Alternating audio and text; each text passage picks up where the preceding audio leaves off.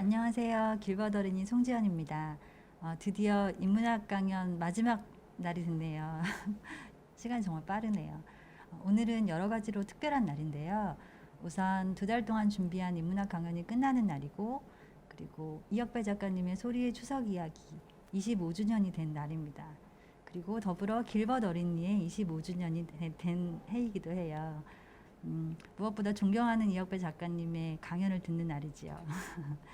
이 특별한 날을 빛내주시기 위해서 정윤정 선생님께서도 자리를 함께 해주셨습니다. 감사합니다, 선생님. 그동안 제가 작가님들 소개를 서툰 그 언어로 드렸었는데, 오늘은 좀 특별하게 그동안 강연에 참여하셨던 후배 작가님들이 이혁배 선생님께 보내드리는 너무 헌사를 보내주셨어요. 그래서 저희 인사말 대신에 후배 작가님들이 보내드리는 헌사로 선생님 소개를 대신하도록 하겠습니다. 떨리시죠? 아유. 자, 일단은 김동성 선생님, 정진호 선생님, 고정순 선생님께서 보내주셨는데요. 먼저 김동성 작가님의 헌사입니다. 이혁배 선생님께 선생님의 기념비적인 작품 소리의 추석 이야기가 어느덧 발간 25주년이 되었네요. 그림책 주인공 소리는 이제 어엿한 성인이 되었듯이 선생님의 작품 세계도 이제 그 뿌리를 단단히 내리고 풍성한 나뭇잎의 푸르름이 세상 모든 이에게 맑은 향기와 편안한 안식처가 되어주네요. 든든한 형님 같고 정이 많은 이웃집 아저씨 같고 넉살 좋은 막내 삼촌 같고 정의로운 아버지 같은 이혁배 선생님. 한국 그림책의 허허벌판에 뚝심 하나로 일어서서 후배들에게 진정한 작가가 가야 할 지향점을 실천으로 보여주신 이혁배 선생님. 그동안 너무 쑥스럽고 외람돼서 한 번도 표현하지 못했는데 이런 기회에 마음을 전해드릴 수 있어 기쁘네요. 존경합니다. 감사합니다. 그리고 사랑합니다. 아유, 네. 아, 이거 너무 가분합니다. 네. 아유, 눈물이 막 나오네. 다음은 정준호 작가님의 헌사를 읽어드릴게요. 이혁배 선생님께 진실은 힘이 세다라는 문장이 가장 잘 어울리시는 작가님이시지요. 우리 현실을 진지하게 고민하시며 시작된 그림에 이미 우리의 삶이 담겨버렸네요. 진실을 그리시기에 힘이 센 그림들 앞으로도 많이 남겨주세요. 감사합니다. 네, 고맙습니다. 아이고. 자, 이어서 시소 고정순 작가님의 헌사입니다. 안 들리십니까? 죄송해요. 소리 따라 길을 걸으며 세상에서 제일 힘센 수탉과 우직한 황소를 만나 손 큰 할머니가 주신 만두를 나눠 먹었습니다. 길마다 이야기꽃이 피고 모두가 평등한 그림책 세상이었습니다. 우리 작가님이 되어주셔서 감사합니다. 감사합니다, 선생님. 네.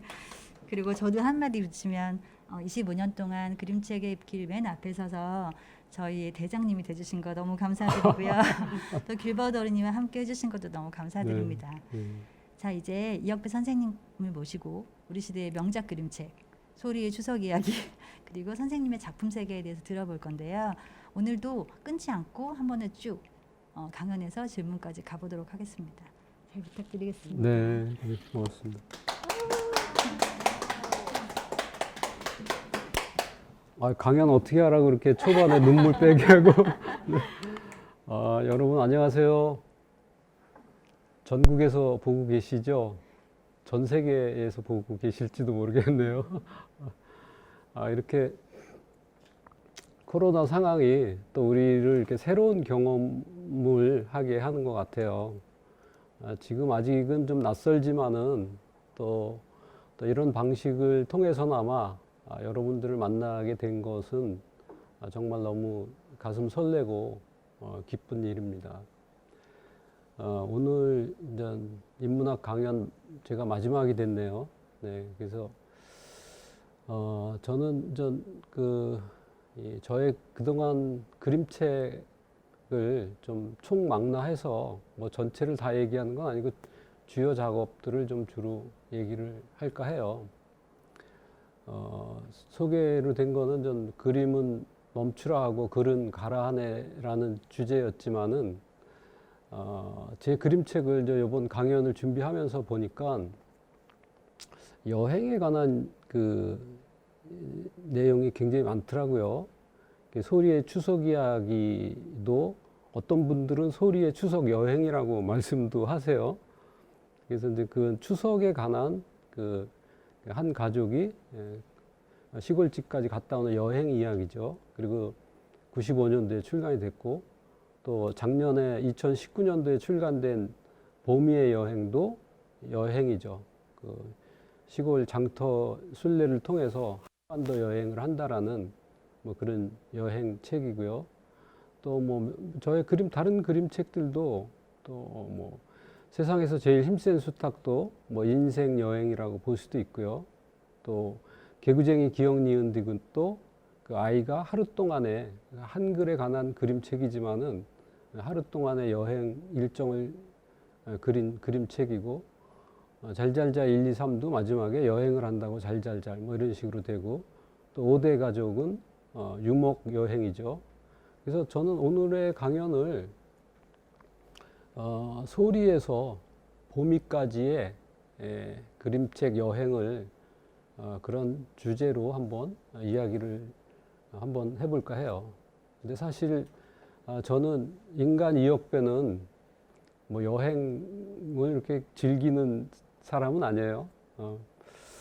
방콕 스타일에 가까운 1년 365일 중에서 한 360일 정도는 집에서 요즘 인간이죠. 재택근무형 인간이라고 할 수 있는데 그래서 여행을 이렇게 즐기는 스타일은 아니지만은 그래서 여행 그림책을 아마 했을까요? 그래서 어쨌든 뭐 여행을 즐기지 않아도 여행 그림책은 할 수 있는 거죠. 그래서 이제 저는 그런 이제 저의 그림책을 여행이라는 키워드를 삼아서 지금부터 한번 2억 배의 그림책 여행을 떠나보겠습니다.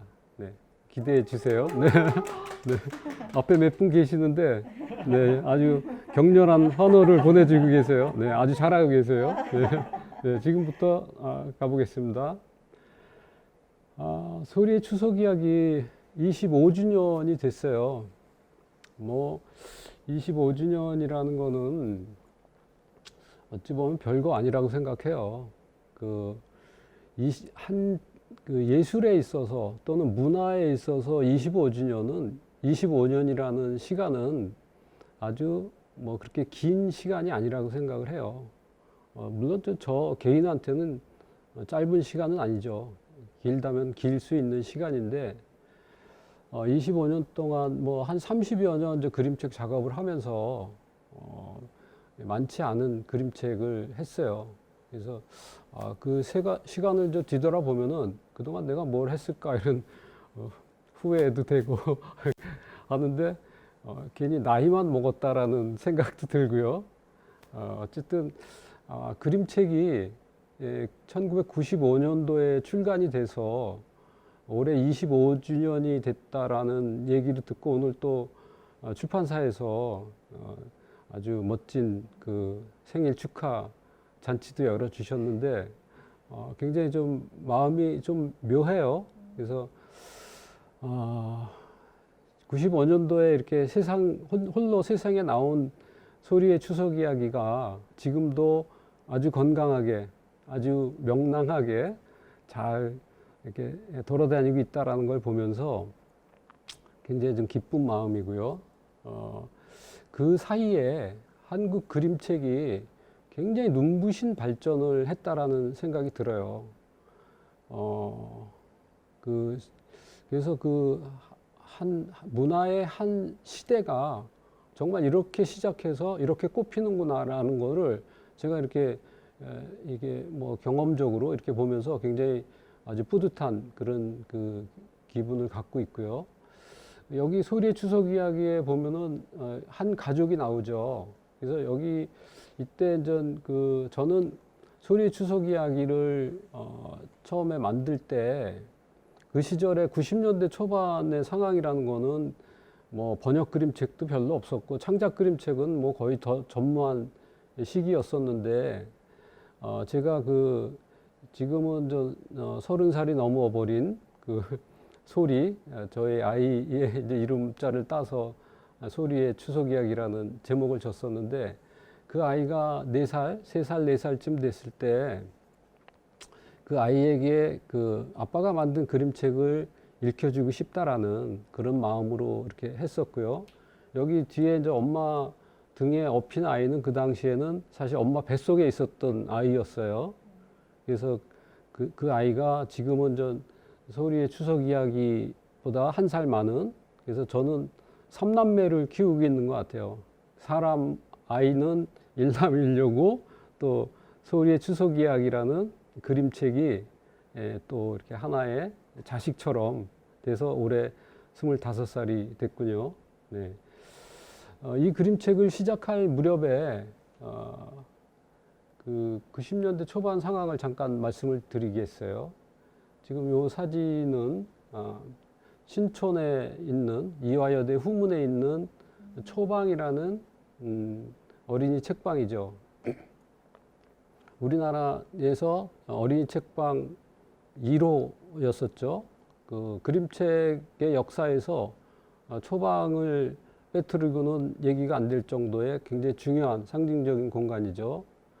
많은 분들이 알고 계시겠지만은 올해 11월 중순 무렵에 이 초방에 이제 신경숙 선생님이 작고를 하셨어요.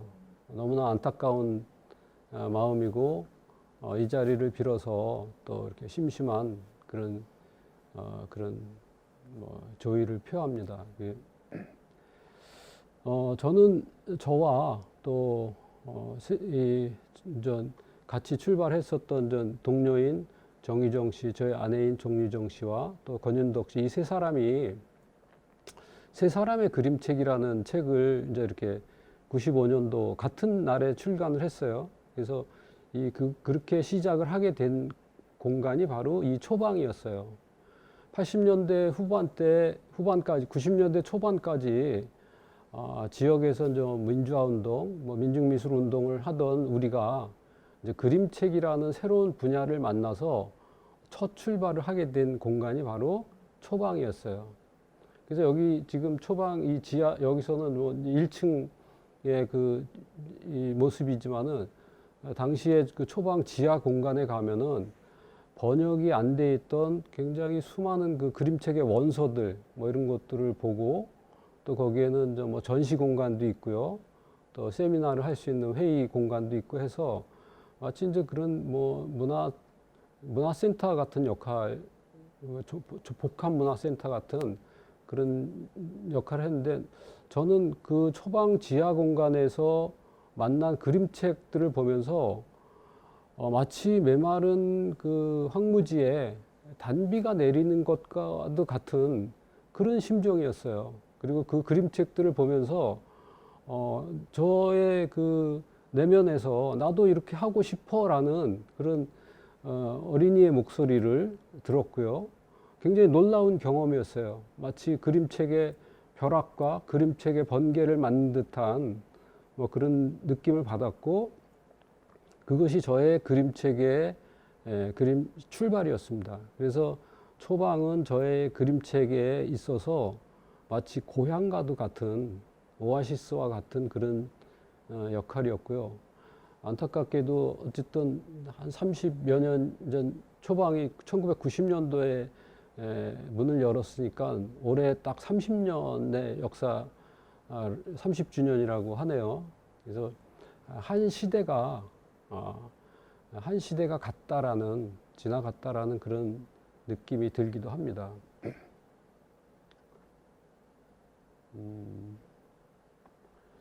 저의 그 소리의 추석 이야기를 저는 명절 그림책을 만들고 싶었어요. 그 해마다 설날이나 추석이 되면은 사람들이 줄을 이어서 고향에 가는 그런 기다란 행렬들이 줄지어서 서 있죠.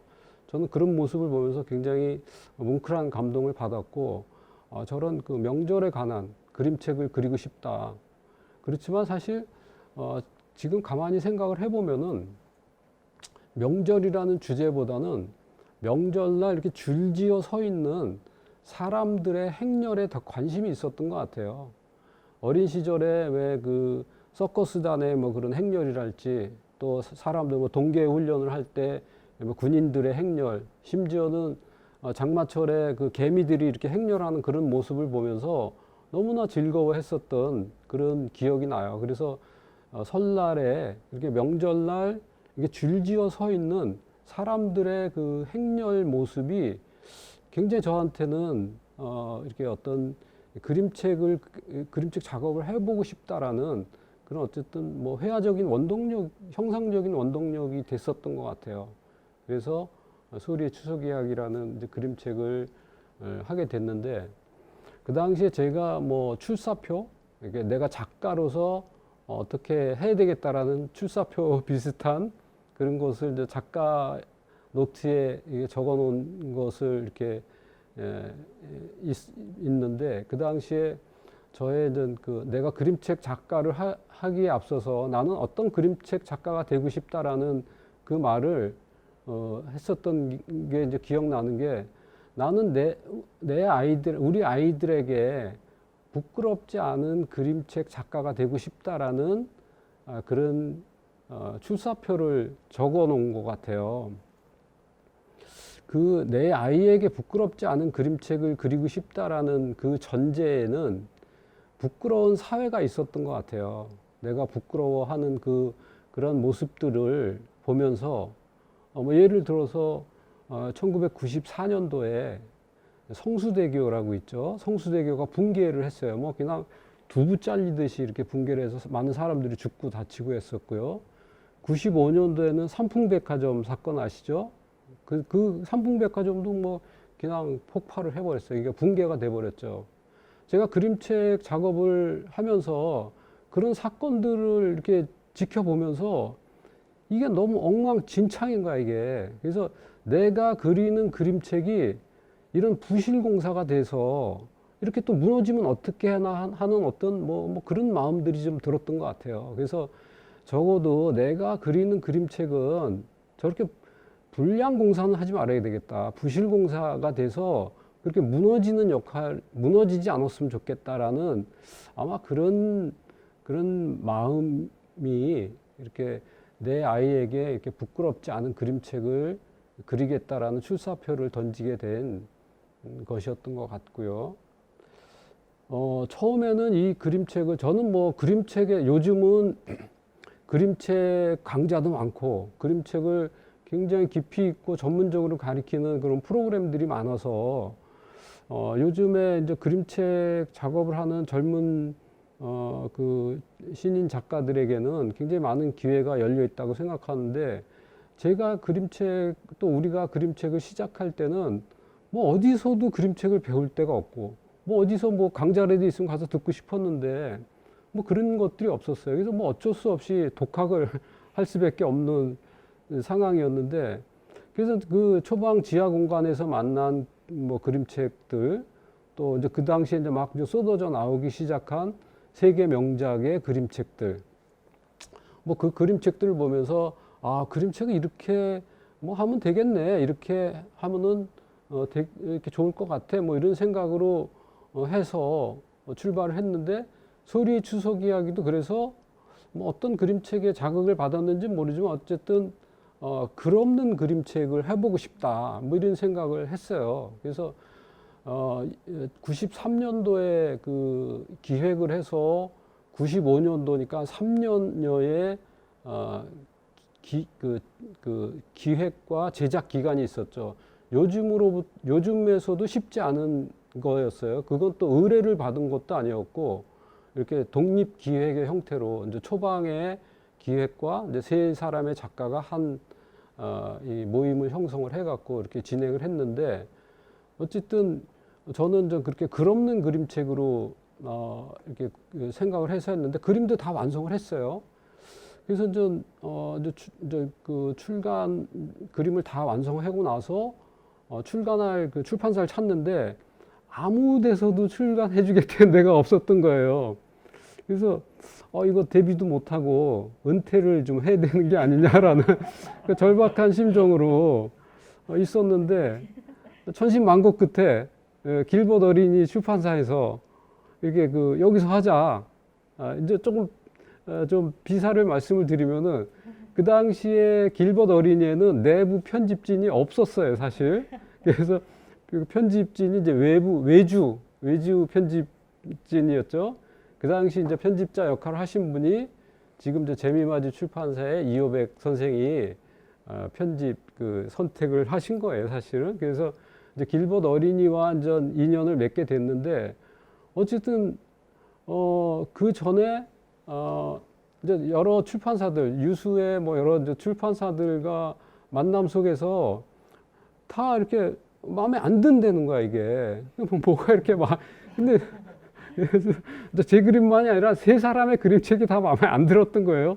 그래서 이제 그 중에서 제일 마음에 안 드는 게 왜 글이 없냐, 왜 이 그림책에 글이 없으면 어떡하냐. 그래서 저는 글이 없으면 안 되는 거구나 해갖고 이제 부랴부랴 어떻게든지 좀 출간을 해보고 싶은 욕심에 부랴부랴 이제 이게 그 글을 나중에 그 완성된 그림을 보면서 글을 썼죠. 뭐 거의 글을 낑겨 넣다시피 했다라고 표현을 해도 될 정도로. 그래서 이제 그렇게 그런 좀 에피소드가 있었어요. 요즘은 뭐 사일런 북인가요? 뭐 이러면서 글 없는 그림책이 막 하나의 장르가 형성이 돼갖고 요즘 태어날 걸 너무 일찍 태어나서 고생하는구나 뭐 과제할까 뭐 그런 생각도 했었는데 어찌됐든 뭐 그런 에피소드도 있었고요. 초기에는 뭐 이게 꼭 지금은 25년이 됐어도 지금도 굉장히 아주 뭐 잘 돌아다니고 있어요. 뭐 판매도 잘 되는 것 같고. 근데 초기에는 사실 좀 뭐 이렇게 환호하는 분들도 많이 있었지만은 한국에도 이제 이런 그림책이 나온다. 이렇게 독자분들은 많이 환호해 주셨던 것 같은데 오히려 저 전문가 그룹에서는 이렇게 뭔가 좀 아니다. 석연찮다. 이거 뭐냐. 그래서 심지어 어떤 분은 이건 그림책이 아니다. 라는 말씀도 하셨어요. 그래서 깜짝 놀랐죠. 그럼 이게 그림책이 아니면 뭐냐? 이랬더니 그분이 글로도 쓰셨어요. 어쨌든 책으로 내신 분인데 이건 그림책이 아니고 추석에 관한 카다록이다. 아주 혹평을 하셨어요. 그래서 저는 깜짝 놀래고 이게 나는 그림책 내가 잘 뭘 모르고 출발했지만은 그림책이라고 그래도 생각하고 한 건데 카다록이라고 하니까 좀 자존심 상하잖아요. 근데 또 한편으로 생각해 보면은 그게 꼭 이제 그분은 뭐 혹평을 하신 거지만은 저는 다르게 또 받아들이기로 했어요.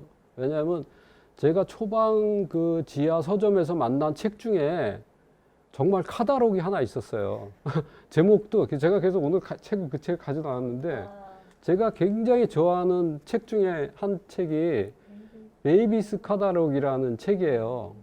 이거는 우리나라에서 번역이 안 된 걸로 알고 있는데 이거는 자넷 앤드 알렌 알버거. 자넷이라는 그 작가분이 이거는 그림을 그리셨고 알란은 남편이고요. 네, 알란은 남편이고. 그래서 저는 이 그림책을 보고 깜짝 놀랐어요. 이제 영국 작가고 뭐 좀 몇 장 보여드릴까요? 네, 여기에 보면 이제 다섯 인종, 다섯 가족의 그 가족의 그 이제 일상과 그 어린이들을 주인공으로 한 책이에요. 이 제목이 베이비스 카다록이었고 저는 뭐 이런 책들 뭐 또 모리스 샌닥의 뭐 너스 라이브러리나 뭐 유리 실레비치의 뭐 이런 그림들을 보면서 피터 시스의 그림들 이런 걸 보면서 나도 이렇게 하고 싶어서 한 건데 그래서 카다록이라 그러니까 저는 뭐 굉장히 자존심도 상하고 그래도 이제 나는 내가 좋아하는 베이비스 카다록도 있고 그러니까 그래 그럼 나는 뭐 추석에 관한 카다록으로 하지 뭐 이제 이렇게 마음을 좋게 받아들이기로 했어요. 어찌됐건 초기에 그림책이 무엇인지 모르는 그 90년대 초반에는 나는 그림책이 이거다. 또 작가는 나는 이거다라고 어쨌든 그림책이 무엇이다라고 각자가 이렇게 이런저런 나름대로의 정의와 자기의 생각들을 말을 했었던 시기였고 그게 꼭 의견이 모아지진 않았지만은 뭐 그런 시기가 있었던 것 같아요. 지금은 굉장히 많이 달라졌죠. 그림책이 여전히 나는 이런 그림책도 있다, 저런 그림책도 있다라고 하지만은 근데 뭐 이게 뭐 추석이 지금 가다락인가요? 아직 그렇지는 않잖아요. 예, 그래서 뭐 그런 저기가 있었고요.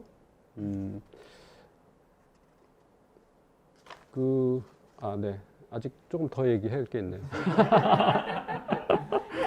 네, 제가 준비를 해와서 네, 빠뜨리지 않고 얘기해야 돼요. 저는 저의 그림은 이역배의 그림은 강력한 주인공이 없어요. 소리의 추석 이야기의 주인공이 소리지만은 소리는 뭐 그렇게 모험을 하는 주인공도 아니고 이 주인공을 중심으로 이렇게 진행되지 않아요. 어찌 보면 소리는 그냥 조력자 정도, 그냥 소리 이름 안 붙여도 되지 않을까 싶을 정도의 근데 그게 바로 이역배 그림책의 특징이라고 얘기할 수 있어요. 저의 그림책은 뭐라 그럴까요? 가까이 멀리서 보면 잘 안 보이지만은 가까이서 와서 보면은 비로소 그림들이 움직이기 시작하고 그 그림에 집중을 하면은 그 그림 속 세계로 들어갈 수가 있어요. 그래서 마음껏 제가 만들어 놓은 그 그림 세계에 독자가 능동적으로 참여해서 즐기게 하는 것이 저의 그림책이고요. 작가가 만들어 놓은 주인공 캐릭터의 활약을 독자가 이렇게 구경하게 한다기보다는 저의 그림책은 독자 참여형 그림책이라고 볼 수도 있어요. 그래서 저의 그림책은 이렇게 가까이 와서 봐야 되고, 그리고 그래서 저는 이제 그림책이 16장 또는 뭐 한 20장 정도의 펼친 바닥으로 되어 있어요. 그래서 한 권의 그림책은 그 16장의 그림들이 아주 긴밀하게 유기적으로 연결되어 있어서 완성이 되지만은 저는 그림책에 대한 그런 기존의 16장이 아주 높은 수준으로 통일된다라는 것에서는 당연히 동의하지만은 저는 저의 그림책은 나는 뭐라 그럴까요? 한 권의 그림책을 지향한다기보다는 어쩌면은 한 장의 그림책, 그 16장 중에 그 한 장을 통과하지 않으면은 그 한 장에 집중하지 않으면은 그 다음 장으로 갈 수가 없는, 그건 뭐 이야기의 힘일 수도 있고 그림의 힘일 수도 있어요. 그렇지만 어쨌든 그래서 저는 그 한 장의 그림책, 그래서 저는 등산의 비유를 한다면은 등산의 목표가 정상에 올라가는 것이라면은 끝까지 봐야 되지만은 저의 등산 스타일은 가다가 이렇게 내가 흥미로운 나무를 만나거나 계곡을 만나거나 내 흥미를 끄는 곳을 만나면은 정상이 목표였다가도 중간에 이렇게 중턱에서 내려오기도 하고, 또는 초입에서 막걸리 먹다가 그냥 거기서 끝난 법은 없지만은 어쨌든 저의 그림책은 중간에서 내려와도 된다라는 저는 그런 지론을 갖고 있어요. 그래서 그 한 장의 그림책이라는, 그래서 저의 이제 그림책들을 보면은 소리의 추석 이야기에서도 이 첫 장면들에 굉장히 많은 힘을 실었어요. 다른 그림책에도 보면 이런 첫 장면이나 마지막 장면 또는 중간 장면에 아주 결정적인 장면들, 여기서 놀아라, 더 나가지 말고 아마 이렇게 얘기하는 것 같아요. 그래서 그림책은 글과 그림이라는 어찌 보면 굉장히 이질적인 것들이 모여서 한 권의 책으로 이렇게 통일되어 있어요.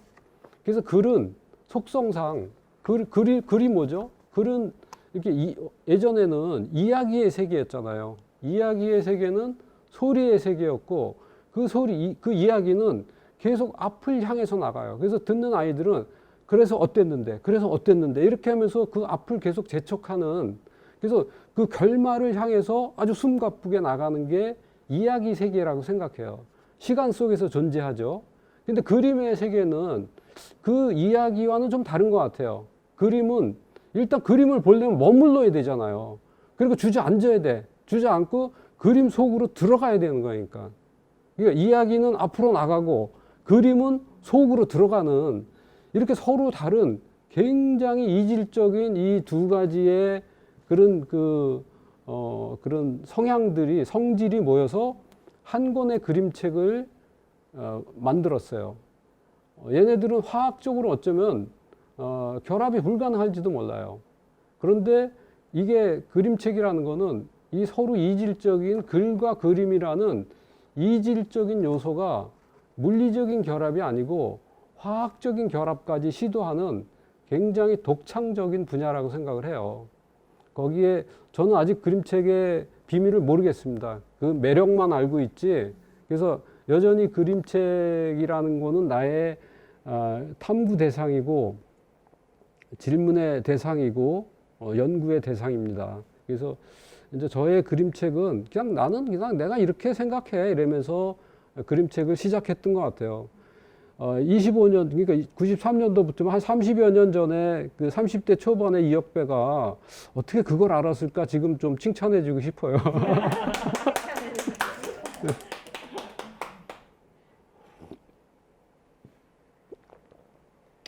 손큰 할머니의 만두 만들기는, 네, 요걸 먼저 얘기해야 되겠네요.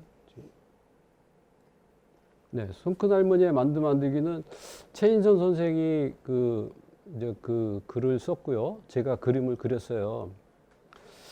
2014년인가 15년 무렵에 지금으로부터 몇 년 전에 최인선 선생이 어디 도서관인가 학교에 강연을 갔는데 그때 한 어린아이가 3학년인가 4학년 되는 어린아이가 최인선 선생님한테 선생님 질문이 있어요 하고 질문을 했어요. 그래서 무슨 질문이냐 물어봤더니 선생님 이 그림책이요 너무 문제가 많아요 이랬던 거예요. 그래서 최인선 선생님이 깜짝 놀래갖고 아니 이 완벽한 그림책에 무슨 문제가 있단 말이냐 이렇게 물어봤더니 이 친구는 이 질문을 하기 전에 집에서 이미 장문의 편지, 그러니까 그림책 비평을 써갖고 온 거예요. 얘는 작심을 하고 왔어요. 그래서 그 내용이 뭐냐면은 손큰 할머니의 만두 만들기는 이 설날에 할머니와 그 숲속 동물들이 커다란 만두를 만들어 먹는다라는 이야기잖아요. 그래서 만두를 만들기 위해서는 김장김치도 잔뜩 꺼내고 또 숙주나물도 삶고 두부도 꺼내고 냉장고에서 고기도 꺼내는데 바로 이 고기가 문제였던 거죠. 그래서 이 그림책이 너무 잔인해요. 문제가 많아요 하고 얘기했던 아이의 얘기인 즉슨 지금 여기에 나오는 저 동물들을 보면은 여기에 이제 곰이 있고 호랑이가 있고 토끼가 있고 너구리가 있고 그 다음에 숙주나무를 삶는 여우가 있고 여우 건너편에 뭐가 있죠? 멧돼지가 있어요. 얘가 문제였던 거죠. 이 멧돼지와 이 냉장고에서 꺼낸 이 돼지고기는 무슨 사이일까요? 사촌지간이었던 거예요. 그래서 동족 상잔의 비극이 여기서 발생을 한 거죠. 그래서 이 아이는 이 그림책이 너무 잔인하다라고 얘기한 거예요. 그래서 이게 일리가 있잖아요. 너무나 그 타당성이 있는 얘기였고, 그래서 최인선 선생님이 이제 그날 저녁에 11시에 저한테 전화를 했어요. 밤 11시에 깜짝 놀래잖아요. 11시에 전화하면은. 그래서 이 책을 당장 뜯어 고쳐야 된다고, 이게 자다가 뭐 아닌 밤중에 무슨 홍두깨를 맞는다고. 저는 그래서 처음에는 아니 무슨 소리냐고 하다가 어쨌든 그 다음 날인가 그 다음 날 최인선 선생, 저 또 편집자 셋이 모여서 이 책을 뜯어 고치기로 했어요. 어떻게 뜯어 고치기로 했냐면은, 자, 이렇게 고쳤어요. 이게 뭐냐면은, 이 돼지고기가 이렇게 버섯으로, 예, 버섯. 여기 느타리 버섯, 느타리 버섯하고 표고버섯, 네. 이렇게 아주 맛있는 그 고기 만두에서 더 맛있는 버섯 만두가 됐어요. 이러면 애들은 하죠. 그래서 어찌됐건 그 눈 밝은 그림책을 재미있고 즐거움을 추구하기 위해서 본 줄 알았던 그 초등학교 3학년인가 4학년 아이가 아주 예리한 눈으로 이 그림책의 그 어떤 문제점을 지적을 했고요. 그래서 이 책이 이렇게 고쳐졌어요. 그래서 요새 나오는 그림책은 이렇게 버섯이 나오는 버섯 만두 그림책이 됐어요.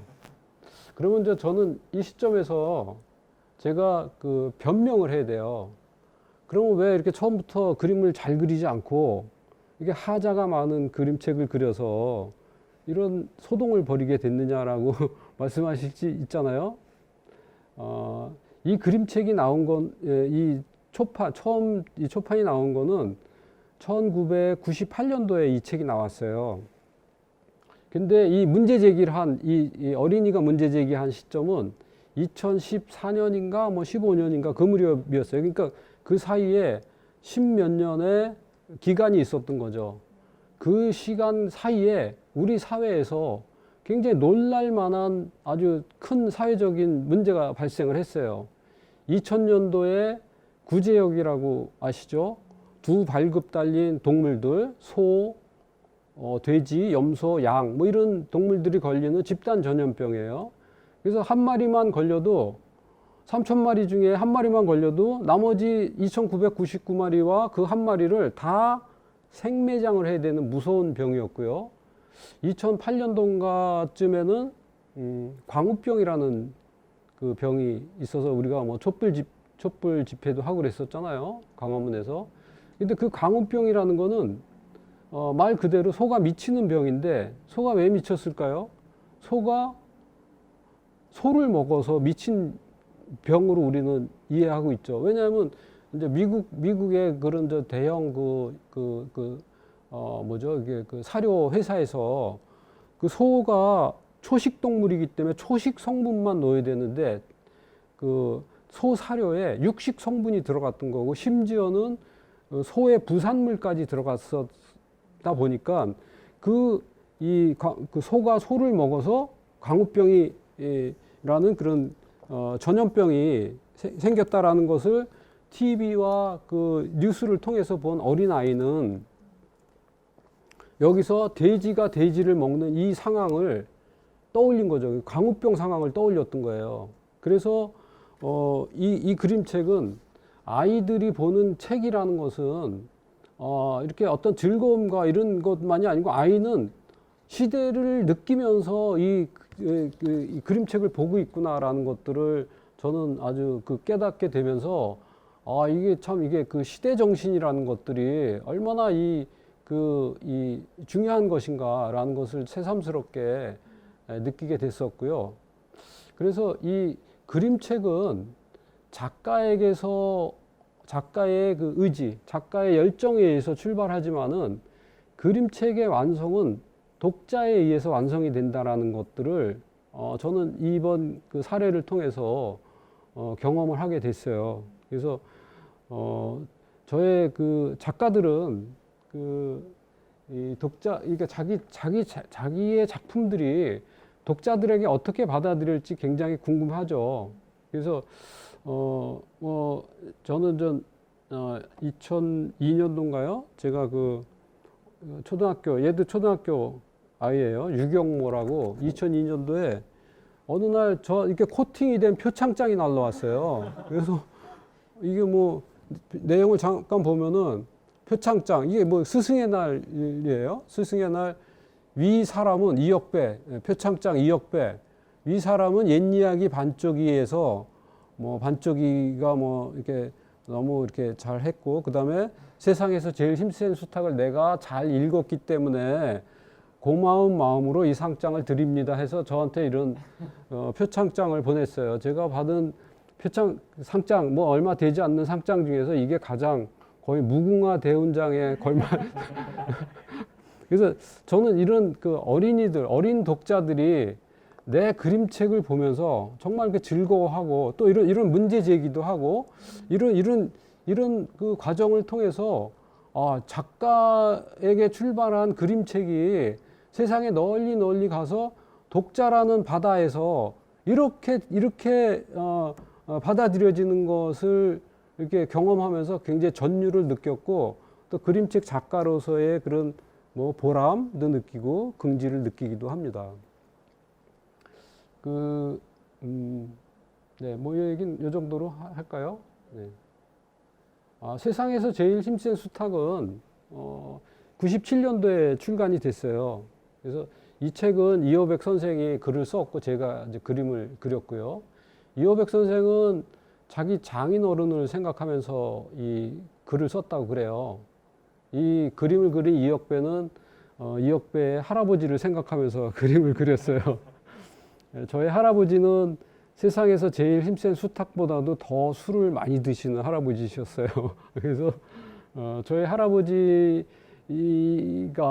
뭐 이렇게 오래 많이 이렇게 같이 산 적은 거의 기억이 없지만은 4살까지 살았으니까. 근데 이제 그 할아버지에 대한 생각이 이게 그 할아버지가 이렇게 내면의 캐릭터가 돼서 이 그림책을 그리게 됐었던 것 같고요. 이 장면에서도 보면 제가 제일 좋아하는 장면 중에 한 장면이 마지막에 보면은 여기 이제 그 수탉이 이렇게 회갑잔치를 여는 장면이에요. 어린 시절에 이게 저는 명절 분위기, 잔칫날 분위기 뭐 이런 걸 너무 좋아했었던 것 같아요. 막 신나잖아요. 그래서 늘 신나지만은 특히 이런 날 더 신나. 먹을 것도 있고 이렇게 친척들이 사람들이 이게 한적한 시골에 이렇게 막 이제 이렇게 친척들이 와서 그냥 옥적거리고 그러는 게 마치 그 백석 시인의 그 여운 안골적을 보면은 그 설날에 그 친척들이 모여서 이게 막 부침개도 부치고 또 이렇게 막 아이들은 막 너무 신나게 이렇게 노는 모습들을 이렇게 그린 아주 좋은 멋있는 시, 제가 제일 좋아하는 시가 하나 있는데 저의 그림책의 그 배경이 되는 것들이 바로 이런 명절 문화 또 공동체 문화라고 얘기할 수 있는 뭐 그런 것들이 저의 그림책의 배경이 되고 있고, 그래서 초기에 그렸던 작업들은 뭐 이런 주제들이 이런 것들을 많이 주제로 그림을 그리게 됐어요. 자, 모기와 황소는 네, 제 그림책은 정말 이렇게 뭐 그런 에피소드가 없는 그림책이 없는 것 같아요. 이 그림책은 너무 사연이 많아서 힘들어. 이 모기와 황소는 몇 년도에 한 거더라? 이게 어쨌든 2000년도 초반에 그림책을 했는데 이 그림책의 글은 1949년도에 현동염 선생이 그 글을 썼어요. 그래서 한 50년이 지난 다음에 이역배가 그림을 그린 거죠. 근데 이 1949년도의 상황이라는 거는 굉장히 혼란스러운 상황이었잖아요.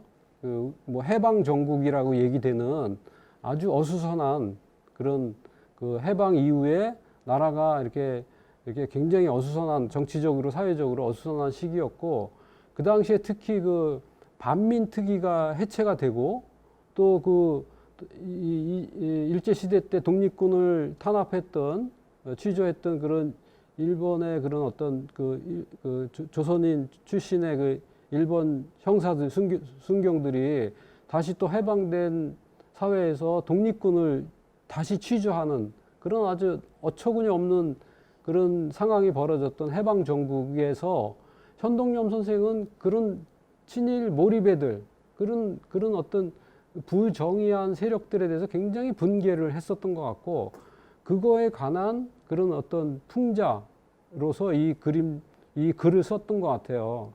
근데 제가 이 그림을 그리게 됐던 상황도 상당히 비슷한데, 제가 이제 98년도에 이제 경기도 안성의 시골 마을에 이주를 했는데, 저는 시골 마을에 이주하면서 동시에 굉장히 많은 반대대책위원회 활동을 했어요.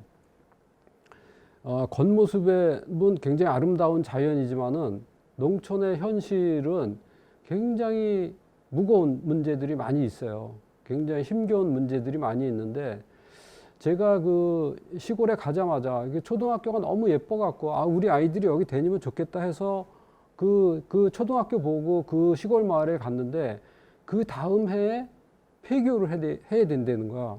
그러니까 이건 뭐 청천벽력이잖아요. 그래서 안 되겠다 싶어서 소규모 학교 폐교 반대 운동을 시작으로 해서 쓰레기 소각장 반대 운동을 했죠. 또 석산 반대 운동을 했죠. 뭐 화장터 납골당 들어온다 그래서 반대했고, 심지어는 이제 한참 뒤에는 도서관이 또 민영화가 된다는 거예요. 멀쩡한 공공도서관이 민영화를 한다는 거예요. 말도 안 되는 뭐 이런 농촌 현실 앞에서 제가 참을 수가 없어갖고 저는 이제 그런 반대 시민의 한 사람으로서 주민의 한 사람으로 그런 반대를 했었던 기억이 나는데 그 무렵에 길벗 어린이에서 모기와 황소의 글을 딱 보는 순간 이게 내 얘기구나. 이게 그래서 이제 이 그림책을 그리게 됐고 제가 그린 어떤 그림책보다도 개인의 감정이 가장 많이 녹아 들어간 그런 그림책이에요. 그래서 이 그림책 잘 안 봐요. 그래서 저는 너무 힘들어 갖고 여러분들은 많이 봐주세요. 그래도 이 그림책을 취재하면서 저는 그 외양간을 그려야 했어요. 여기도 이제 첫 장면에 이렇게 외양간과 황소의 모습이 나오죠. 현대 그림책이 이게 뭐 임무랄까 뭐 어떤 역할 중에 하나가 현대를 살아가는 어린이들에게 뭐라 그럴까요? 이런 그 그림책이 이 외양간을 모르잖아요. 지금의 아이들은 외양간이 뭐 하는 데인지 누가 사는 데인지 어디에 있는 건지 다 모르잖아요. 그래서 이 외양간의 존재를 어른들은 알지만 어른들도 왜 젊은 어른들은 잘 모르세요. 아주 나이 많은 어른들만 이 문화를 알 수 있는데 그래서 이게 아무리 뭐 이게 무슨 뭐라 그럴까요? 뭐 정보 그림책이 아니라 하더라도 이야기 그림책이고 뭐 그렇다 하더라도 외양간의 존재를 알려야만 했어요. 그래서 저는 이 외양간을 취재하기 위해서 시골 마을에 사니까 뭐 외양간이 당연히 있지만은 다 그냥 지금은 주인은 간데 없고 그냥 허접 쓰레기들만 가득한 그런 그 어떤 창고로 전락을 했는데 아주 가까스럽게 충북 영동군 깊은 장선리, 이름도 깊은 장선리예요. 거기서 외양간을 발견을 했어요. 정말 이렇게 그 옛날 외양간에 황소가 이렇게 딱 있는 거야. 그래서 너무나 반가운 나머지 이 외양간을 이게 이제 취재를 하면서 이 모기의 황소의 이 외양간 장면을 완성할 수 있었어요. 저는 어린 시절에 시골 생활을 했기 때문에 이 외양간이 시각적인 것뿐만이 아니고 오감이라고 그럴까요? 그 외양간의 존재, 이게 이게 눅눅하고 퀴퀴하고 지릿하고 그리고 이제 그런 어떤 냄새 또 외양간에서 황소가 여물을 이렇게 이게 먹는 이렇게 우적우적하는 소리 뭐 이런 그런 어떤 그 오감을 통해서 이렇게 느낄 수 있는 외양간의 존재를 이 한 장의 그림에 담고 싶었어요. 그래서 이 그림책은 그런 취재 과정이 있었고요. 제가 살고 있었던 저는 이제 안성에 이주하면서 초기에는 그래도 엉터리 농사지만은 농사도 좀 짓고 몇백 평 되는 밭에다가 콩도 심고 팥도 심고 네, 이렇게 해서 메주도 쓰고 네, 뭐 이랬었는데 그때 이제 우리 집에 이제 밭을 가는데 밭이 이제 그때 이제 요새는 이제 농촌도 다 이렇게 개량이 기계화가 돼서 트랙터로 하고 뭐 이렇게 하는데 트랙터를 어떻게 구할 수가 없는 거야. 근데 마침 앞집에 그 곽씨 아저씨라고 이렇게 그 아저씨네 집에 외양간이 있었던 거야. 그리고 황소가 한 마리 있었던 거야. 그 황소는 밭을 가는 황소였어요. 그러니까 마지막 밭을 가는 황소였어. 그래서 근데 2000년대 초반에 이제 곽씨 아저씨한테 밭을 갈면은 이제 이렇게 고맙다고 이제 인사를 해야 되잖아요. 그래서 얼마를 드릴까 하면 뭐 돈은 뭐 이래. 그래도 이제 뭐 안 줄 수는 없으니까 그냥 뭐 한 5만 원쯤 됐나요? 5만 원 정도 이렇게 드리면은 아주 노여하시면서 이게 뿌리치면서 그냥 맥주나 한 잔 달라고. 그래서 맥주는 늘 집에 이렇게 쌓여놓고 있었으니까 소주와 맥주는. 그래서 요새 술 안 먹어요, 근데. 그래서 이제 맥주를 대접을 해드리면은 너무 시원하게 드시고 한 병만 더 달라는 거야. 그래서 맥주 2병에다가 이렇게 땅콩 안주를 해서 하면은 아주 흡족하게 내 밭간 값은 이거로 됐다 하셨는데 그분이 우리 동네에서 마지막 이제 이렇게 밭을 갈았던 분이었어요. 왜 그러냐면 2000년도에 우리 동네에서 우리 집에서 한 직선으로 200m인가 300m에 돼지 농장이 있는데 거기에 구제역이 발생해서 3천 마리를 생매장을 했어요. 근데 구제역은 돼지만 묻은 게 아니고 인 근방에 있는 그 두 발급 달린 동물들도 다 생매장했어요. 그때 곽씨 아저씨의 황소가 생매장 당했어요. 그러니까 그 아저씨가 지금 이렇게 꺼이꺼이 울던 그 장면이 지금도 생각이 나는데, 그래서 외양간 옛날에는 소를 뭐라고 불렀죠? 식구라고 불렀어요. 그래서 식구는 이렇게 밥을 같이 먹는 존재잖아요. 그만큼 가까운 존재였고, 우리에게 그러한 동물들이 사라진 거는 불과 얼마 안 되는 거예요. 그래서 저는 이제 이 모기와 황소의 그 외양간의 존재, 이 소가 인간에게 있어서 얼마나 가까운 존재였는지를 그림책을 통해서 아이들한테 좀 알려주고 싶었고요. 여기에 또 이제 이게 황소 이제 그림 이제 이렇게 그리기 위해서 스케치 이렇게 황소를 잘 그리기 위해서 내가 이제 얘를 이제 파악을 해야 돼. 그리고 이제 모기하고 파리가 나오죠. 얘네들을 이렇게 이렇게 이제 이렇게 연기를 시켜야 되는 거죠. 영화로 치면은 뭐 영화 감독이 있고 배우가 있고 뭐 수많은 스텝이 있지만은 그림책은 영화에 비유를 하면은 그림책 작가 혼자서 북치고 장구치고 다 해야 돼요. 감독도 해야 되고 또 배우도 해야 되고 조연도 해야 되고 엑스트라도 해야 되고 뭐 이렇게 뭐 여러 가지 역할을 다 해야 되는데, 그래서 저는 이 파리와 모기를 잘 이해하기 위해서 이제 얘네들을 그림으로 잘 그려야 했어요. 이 그림을 그리기 전에는 제가 파리, 모기를 한 번도 그려본 적이 없는데, 이 그림책을 그리고 나서는 지금은 좀 뭐 눈을 감고 그릴 정도로 잘 알게 됐고요. 개구쟁이 기억 니은 디귿하고 그 잘잘잘 1, 2, 3은 저의 유아 그림책으로 이렇게 저기를 했어요. 그래서 이 그림책은 네, 이 그림책도 에피소드가 있네요. 이 그림책의 에피소드를 저는 에피소드가 없으면 그림책을 못 하나 봐요. 그러니까 그림책, 특히 이제 내가 글그림을 하는 그림책들의 경우는 뭔가 이렇게 내면에서 내가 이렇게 어떤 이유가 있어야 되는 것 같아요. 근데 이제 이 그림책도 재밌는 에피소드가 있는데, 저의 이제 그 첫 번째 아이가 초등학교 1학년에 들어갔을 때, 그때 이제 이야기예요. 그 아이는 아주 그 책 읽기도 좋아하고 또 말도 곧잘하고 그러는 아주 똘똘한 아이였어요. 근데 이제 초등학교 1학년 가서 이렇게 왜 이제 자기 노트에다가 그 자기 이름을 써야 되는데, 자기 이름을 쓰는데 이제 이렇게 뭐 이렇게 써야 되잖아요. 근데 이 자를 헷갈려 갖고 이렇게 뒤집어서 이 자를 쓴다는 게 10을 써버리고 말았던 거예요. 이게 2에서 10이 된 거. 2를 뒤집으면 10이잖아요. 그래서 이렇게 이름이 돼버렸어요. 그러니까 덕분에 그 10을 뒤집는 바람에 제 이름도 2억 배에서 10억 배로 바뀌었다는 참 어처구니 없는. 그래서 이 아이를 보면서 안 되겠구나. 이렇게 말하기나 이렇게 뭐 어떤 책 읽기 이런 것들은 아주 곧잘하지만은 뭐 글쓰기나 뭐 이런 게 좀 서투른 아이, 그게 잘 안 되는 아이들을 위한 그림책을 만들어야겠다라는 생각으로 약간 저 패자부활전용 한글을 배우는 그림책이라기보다는 그런 특별한 아이들을 위한 그림책을 만들어야겠다 해서 만든 게 이제 이 그림책이고요.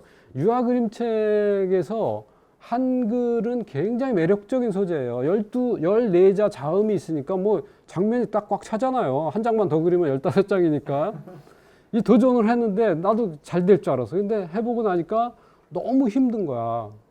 그래서 이게 참 만만치 않은 거구나. 한 권의 그림책으로 이렇게 잘 되기 위해서는 굉장히 어렵다라는 것을 이 책을 통해서 경험을 했고, 그 뒤를 이어서 한 책이 이제 잘잘잘 1, 2, 3이라는 그림책인데, 이 그림책은 굉장히 이렇게 좀 즐겁게 했어요. 그리고 굉장히 상대적으로 좀 짧은 시간에 한 1년 정도 안에 이 그림책은 완성할 수 있었어요. 그래서 뭐 이런 기억이 나고요. 옛 이야기 얘기를 좀 해볼게요. 옛 이야기가 저의 그 여러 권의 옛 이야기, 뭐 전집에서 한 것도 한데 단행본 그림책으로는 이제 반쪽이, 또 이야기 주머니 이야기, 그리고 또 올해 나온 온의 이야기 이렇게 있는데 오늘은 두 권을 얘기할게요. 이야기 주머니 이야기인데 이야기 주머니 이야기는 이야기의 본질은 아까 말씀드렸듯이 눈에 보이지 않는 소리의 세계죠. 그래서 이 귀로 듣고 입으로 전달을 해요. 또 이렇게 귀로 듣기도 하고 눈으로도 듣죠. 예, 눈으로 이렇게 그 입모습을 보니까 그래서 그런 그 보이지 않는 소리의 세계로 이루어진 이야기는 사람과 사람 사이에 살 수 있어요. 그래서 그 사람이 그 이야기를 다음 사람한테 전달하지 않으면은 그 이야기는 죽어버리고 말아요. 그래서 이 이야기 주머니 이야기에는 그 이야기를 문자로 적어서 그것을 벽장 속에다가 가두어 버린 그런 도령의 그런 그 욕심 때문에 생긴 이제 에피소드 사건들을 다룬 게 이제 이야기 주머니 이야기죠. 그래서 그 이야기를 전하는 사람들을 이야기꾼이라고 하죠. 근데 이제 지금은 이야기의 시대가 아니니까 이야기꾼들이 사라졌어요. 그래서 그 사라진 이야기꾼의 그 빈자리를 어쩌면은 어린이 책들, 동화책이나 그림책이 그 역할을 대신하고 있는지 몰라요. 그래서 그 문화적인 유전자는 저절로 타고나는 것이 아니고 후천적으로 노력을 해서 그것을 계승해야지만이 전달될 수 있는 것 같아요. 옛 이야기도 마찬가지죠. 그래서 저는 이 이야기가 저의 그림책을 보면은 이 고목나무가 자주 나오는데 저는 이야기가 고목나무에서 생겨난다고 생각을 했어요. 마을 앞에 있는 오래된 마을 앞에 그 보면은 정자나무라고 하기도 하고 당산나무라고 하기도 하는 이 고목나무에 사람들이 늘 모여 있잖아요. 거기에 쉬기도 하고 거기서 중요한 의논을 하기도 하는데 거기에 이야기꽃이 늘 피어나요. 그래서 이야기꽃이 피어나는 무대로서 이 고목나무를 생각을 하게 됐고, 그래서 이 몇백 년이 지난 뒤에도 이 고목나무에는 지금 여전히 현대의 현대에도 이 고목나무 밑에서 오늘날의 이야기꾼이 아이들에게 이야기를 전달하고 있어요. 그래서 저는 이제 이런 그 이야기는 사적으로 소유하는 것이 아니고 공유하는 거다. 마치 공기나 햇빛이나 자유, 뭐 민주주의, 뭐 이런 것들 다 이렇게 개인이 소유하는 게 아니잖아. 이거는 여럿이 같이 공유해서 함께 즐길 때 더 큰 행복이 오는 것이다라고 생각을 하고요. 온의 이야기를 좀 해볼까요? 온의 이야기는 이 책은 올해 2020년 1월 달에 출간이 됐어요. 그렇지만 이 책은 원래 1996년도에 전집의 형태로 출간된 책이었어요. 올해 나온 이 책의 이 내용에서 글만 새로 재화가 됐고 그림은 예전에 썼던 그 그림을 그대로 사용을 했어요. 그래서 그 시절에 1996년도 뭐 90년대 후반의 상황은 출판계의 상황이 굉장히 열악해서 저작권에 대한 개념이 굉장히 아주 후진적이었죠. 그래서 저는 그때 그 계약을 저작권 양도 계약을 했어요. 저는 그 당시에 신인이었고 계약을 제대로 하고 싶었지만은 계약을 제대로 했다가는 일을 할 수가 없었고 뭐 여러 가지 이유로 그리고 또 저작권 양도 계약의 의미를 잘 몰랐어요, 사실은. 그래서 저는 싸운 거는 뭐냐면 원화는 되돌려 달라. 원화도 옛날엔 안 줬어요.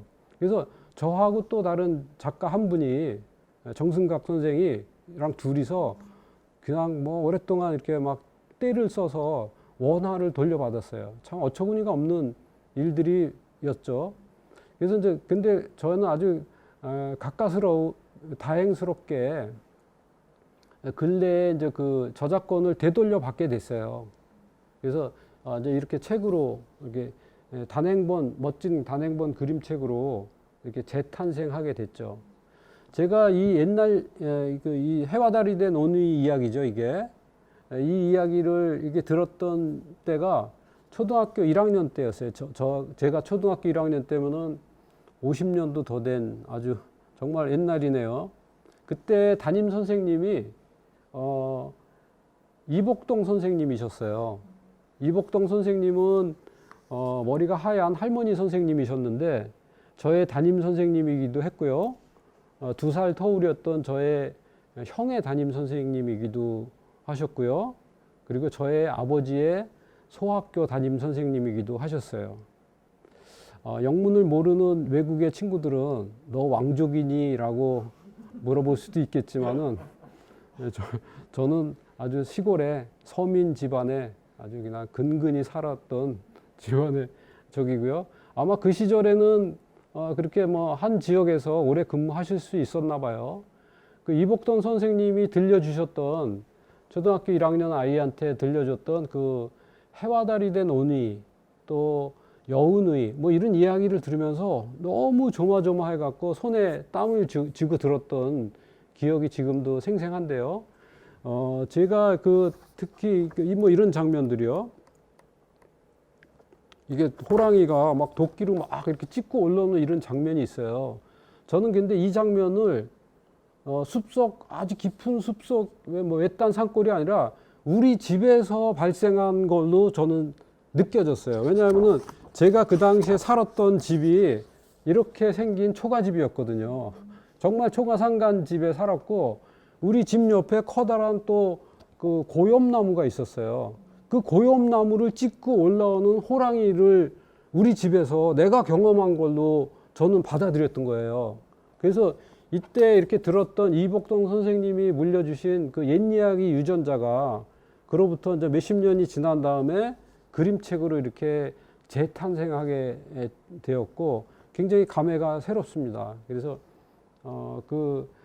제가 살았던 이 초가집을 예전에는 그 마을 맨 전 꼭대기에 살았다 그래서 꼭대기집이라고 우리는 불렀어요.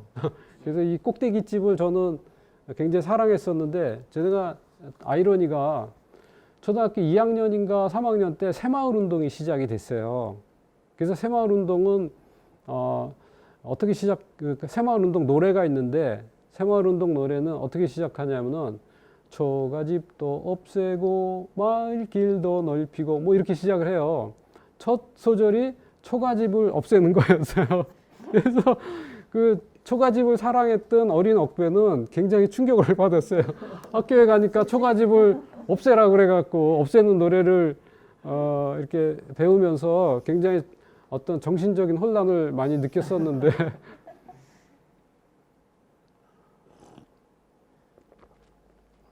이쯤에서 제가 새마을 운동에 대한 말을 한마디 해야 될 것 같아요. 새마을 운동은 참 유감이 많은 운동이라고 생각을 해요.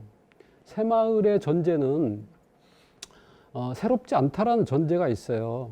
그래서 새마을의 전제는 헛마을이다라는 인식이 있었던 것 같아요. 왜냐하면 낡고 헌 것이라는 그 당시의 농촌 뭐 그렇게 보면 볼 수도 있죠. 그 인식에 따라서는. 근데 그래서 그 기존의 마을을 헛마을로 인식하고 그것을 교체의 대상으로 삼았던 것이 새마을 운동의 정신미학이었던 것 같아요.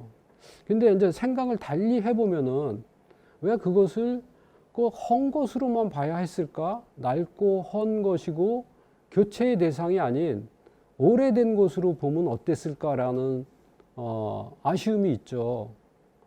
헌 것은 오래되고 그러니까 헌 것들 그리고 낡은 것들 뭐 이런 것들은 고쳐야 되지만은 오래된 것은 어떻게 해야 되죠?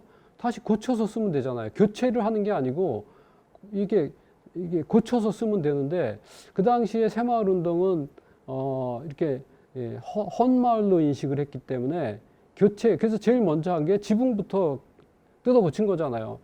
그 지붕 근데 지금 오늘날에 이렇게 환경 문제가 심각하고 뭐 이렇게 전 지구적인 이런 어떤 환경 오염이 심각한 상황에서 보면은 이 가장 환경 친화적인 짚을 이렇게 교체하고 그 가장 환경 오염이 심한 슬레이트로, 그게 무슨 슬레이트죠? 성면 슬레이트잖아요. 지금 농촌에서 가장 큰 골칫거리 중에 하나가 새마을 운동 때 교체했던 그 성면 슬레이트예요. 그 몸에 이렇게 폐에 안 좋은. 그래서 이게 참 그 당시에 그래서 그런 잘못된 미학, 잘못된 사고 방식이 그 지붕만 버린 것이 아니고 굉장히 그동안 오랫동안 이렇게 그 5,000년 이상 이렇게 농촌에 이렇게 갈고 닦여져 왔던, 이를테면 손때 묻은 그 오래된 것들, 반질반질 윤이 나는, 그 반질반질 윤이 나서 너무나 사랑스럽고 너무나 이렇게 행복감까지 주는 그런 것들도 한꺼번에 버린 것이 아닌가라는 뭐 그런 생각을 하고, 오늘 이야기의 책을 보니까 저의 그 초가집에 대한 그 생각이 나서 이 말씀을 좀 드렸고요. 이 오늘 이야기의 이제 호랑이는 어떤 폭력을 상징해요. 세상의 모든 폭력이죠. 사실 여기에 나오는 결말은 굉장히 슬픈 결말이죠. 하늘나라에 이제 오누이가 올라가서 햇님이 되고 달님이 됐지만 결국은 이승에서는 이게 그 죽음을 맞이했다라는 그 암시가 있잖아요. 근데 이제 저는 이제 이 무섭고 잔인한 이야기지만은 왜 그렇게 오랜 세월 동안 이 옛 이야기가 사랑을 받았을까 생각을 해보면은 어떤 시대를 뛰어넘는 지혜가 여기에 있었던 것 같아요. 옛날이나 지금이나 그리고 앞으로 미래에 있어서도 어린이 앞에 놓여진 이 폭력은 피해갈 수가 없는 문제인 것 같아요. 보다 더 평화로운 세상을 만들어야 되고 폭력이 줄어든 세상을 만들어야 되지만은 폭력 그 자체에서 어린이들이 완벽하게 해방될 수는 없다. 그래서 어떤 메시지가 있냐면은 그 폭력에 맞서는 용기라고 그럴까요? 그런 용기들을 아마 이 해와 달이 된 온위에서 전달하고 싶었던 것 같아요. 그 옛날에 옛 이야기꾼들이. 그래서 그 세상의 모든 폭력으로 상징되는 그 호랑이의 폭력 앞에서 그 어린 남매는 굉장히 지혜롭고 굉장히 재치 있고 굉장히 용감하게 맞서잖아요. 운명에 굴하지 않고 그걸 맞서면서 굉장히 이렇게 아주 대항을 하죠. 저항을 하고 또 골려먹기도 하고 그래요. 그래서 그런 어떤 용기, 아이들에게 그런 폭력에는 그런 맞설 수 있는 용기들을 아마 이 그림책에서 있는 것 같고요. 네. 이제 마지막 책들이 될 것 같아요. 마지막 책을 두 권의 책을 보여드리면은 비무장지대 봄이 오면, 네. 비무장지대 봄이 오면은 한중일 평화 그림책으로 진행이 됐어요. 그래서 10년 전에 출간이 됐네요. 2010년도에 중국 작가, 한국 작가, 일본 작가 4명씩 12명의 작가가 이제 한 권씩 해서 12권의 그림책을 만들었죠. 저는 평화라는 말을 듣는 순간 비무장지대의 모습이 떠올랐어요. 우리 시대에 아직 평화가 완전히 이루어지지 않았기 때문에 아마 이런 전쟁의 이미지가 떠올랐던 것 같아요. 그래서 저는 이제 비무장지대를 주제로 해서 이 그림을 그렸고요. 취재 과정에서 있었던 이 장면은 그 비무장지대를 취재하기 위해서 이제 갔던 이제 장소인데 강원도 양구에 김영철 선생이 사는 양구의 민통선 지역으로 가면은 그 두타연이라는 아주 아름다운 계곡이 있어요. 그래서 그 계곡을 이렇게 따라 올라가다 보면 이 왼쪽에 이쪽이 이렇게 금강산 가는 길이라고 그래갖고 아주 작은 오솔길이 있어요. 이제 이 길을 따라서 이제 이렇게 가을 소풍 삼아서 룰루랄라 이제 환경단체의 이제 그 답사팀의 일원으로 이제 이렇게 갔었고요. 그래서 여기서 한참 가다 보니까 여기에 이제 어느 이렇게 장소에서 같이 이제 동행했던 정훈 장교가 더 이상 안 됩니다라고 이렇게 저지를 했어요. 근데 그 순간에 계곡에서는 아주 시원한 가을 바람이 불어왔어요. 이게 왜 사람이 안 돼 이러면 스톱하면 이렇게 위축되잖아요. 그래서 두 가지 상반된 굉장히 풍경은 아름다웠는데 거기서 이렇게 막 굉장히 이렇게 뭔가 이렇게 위축되는 경험을 했는데, 그래서 여러분들이 민통선 지역이나 이게 비무장지대 이쪽으로 가면은 그런 경험들을 할 수가 있어요. 그래서 저는 이 아름다운 풍경 앞에서 어목한 뭐 그 역사의 풍경을 또 만나게 됐고, 그 두 가지 상반된 그 감정들을 동시에 느끼는 게 너무나 기묘하다라는 느낌을 받았고요. 예, 취재 기간 내내 이제 그런 느낌들을 받았어요. 여기는 이제 경기도 연천에 있는 태풍 전망대 모습이에요. 여기서 이제 이게 여기 이제 아이의 앞에 있는 저 망원경으로 보면 500원짜리 동전을 내면은 한 2분이나 3분 정도 모습을 볼 수 있어요. 비무장지대의 모습을요. 사진 찍지 말라고 했지만 제가 사진을 찍어서 네, 여러분들 일르지만 않으시면 돼요. 네, 이게 비무장지대의 모습이에요. 아무것도 없죠. 네. 요즘에 뭐 우리 어디 가면 뭐 이런 모습 볼 수 있나요? 이런 모습 못 보잖아요. 뭐 조선시대 풍경인 것 같기도 하고, 아직 먼 저 티베트나 저 아주 그 외국 어떤 오지 지역인 것 같아요. 우리나라에 뭐 전봇대 없고 뭐 집 없고 비닐하우스 없는 데가 아마 뭐 민통선 지역 뭐 이렇게 비무장지대가 아닌가 싶어요. 굉장히 초현실적인 풍경이에요. 그래서 이런 풍경들을 이제 취재하면서 비무장지대의 봄이 오면에 그 그림을 그릴 수 있었고요.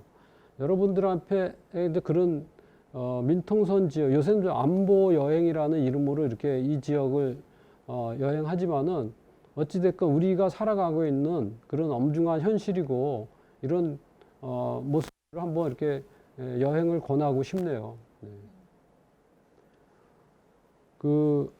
이 그림책에서 네, 뭐 한 장면은 얘기를 해야 될 것 같아요. 이게 비무장지대 봄이 오면에 보면 이제 마지막 장면에 이제 다시 비무장지대에 봄이 오면 할아버지는 이젠 더 이상 전망대에 올라가고 싶지 않습니다. 할아버지는 굳게 닫힌 철문을 활짝 열어 젖히고, 네, 이렇게 젖혀요. 젖히고 그곳으로 걸어 들어가 양지 바른 풀밭에 누워 파란 하늘을 바라보고 싶습니다. 왜냐하면 그곳이 할아버지의 그리운 고향이기 때문이다. 이렇게 맞춰요. 네, 박수 한번 쳐주세요. 네. 자, 이렇게 이 그림책은 아까 말씀드렸던 것처럼 독자가 참여해야지만 열 수가 있어요. 현실에서는 이 철문을 열기는커녕 근처에도 갈 수가 없어요. 허가받은 군인들만 갈 수 있죠. 그래서 저는 분단 70여 년이 흘렀잖아요. 그래서 그리고 이 분단에 저희가 점점 더 강해지는 것만 같아요. 그래서 이 분단의 철문이 열리기 전에 마음의 문이 먼저 열려야지만이 분단의 철문도 열리겠다라는 그런 마음으로, 이거는 그림책으로 만들어진 종이 철문이기 때문에 얼마든지 열 수가 있어요. 그래서 자꾸 열다 보면은 마음의 문이 열리기 시작할 것이고, 그 열린 마음들이 현실의 철문도 열게 할 수 있지 않을까, 뭐 그런 생각으로 이 그림책을 만들었고요. 우리가 왜 통일을 하냐라고 이제 강연을 하다 보면은 뭐 그런 얘기를 하는 저기들이 많이 있어요. 저는 오히려 되묻고 싶어요. 왜 우리가 통일을 하냐고 저기 한다면은 우리는 뭐 남북한 다 마찬가지로 생각해요. 우리가 서로 이렇게 그야말로 아주 적대적인 그런 서로 이렇게 동족 상잔을 했지만은, 그렇지만 분단을 원하진 않았다라고 생각을 해요. 여러 가지 국제 뭐 열강의 그런 어떤 그 구도 속에서 우리의 분단은 우리의 선택이라기보다는 어쨌든 우리는 분단을 원하지 않았기 때문에 우리의 어떤 뭐 평화 또 통일이라는 것들은 우리에게 의미 있는 것이다라고 저는 좀 말씀을 드리고 싶고요. 마지막으로 봄이의 여행을 말씀을 드리고 책 이야기를 마무리를 해야 될 것 같네요. 봄이의 여행을 이렇게 작년에 이제 출간하면서 저는 이제 비무장지대 봄이 오면에서 내내 아쉬웠던 게 그 철문을 열고 비무장지대까지만 들어가잖아요. 그 이상 들어가지를 못해요. 그래서 이제 이렇게 사람들에게 또 아이들에게 물어보면은 너 예를 들어서 외국에 가면은 어떤 방법으로 가냐면 대부분의 아이들이 뭐 99.9%가 비행기를 타고 간다고 해요. 또 뭐 간혹 배를 타고 간다고도 하고. 그렇지만 뭐 자전거를 타고 간다거나 자동차를 타고 간다는 친구들은 한 명도 본 적이 없어요. 우리나라가 일본처럼 섬나라가 아닌데도 아이들의 정신세계에는 이미 우리는 섬나라인 거야. 그래서 이 분단의 섬나라라는 것들은 우리 아주 머릿속에 아주 그냥 뼛속 깊이 박혀 있구나라는 것들을 느끼면서 저는 이 현실의 상상력이 뭐 달나라도 가고 뭐 한다고 하지만은 분단의 철문조차도 넘지 못한다. 분단의 철조망도 넘지 못하는 게 상상력이다. 그래서 저는 나름대로 상상력을 발휘해서 나는 상상력을 발휘해서 여기서 걸어서 북한 지역을 가게 하고 싶다.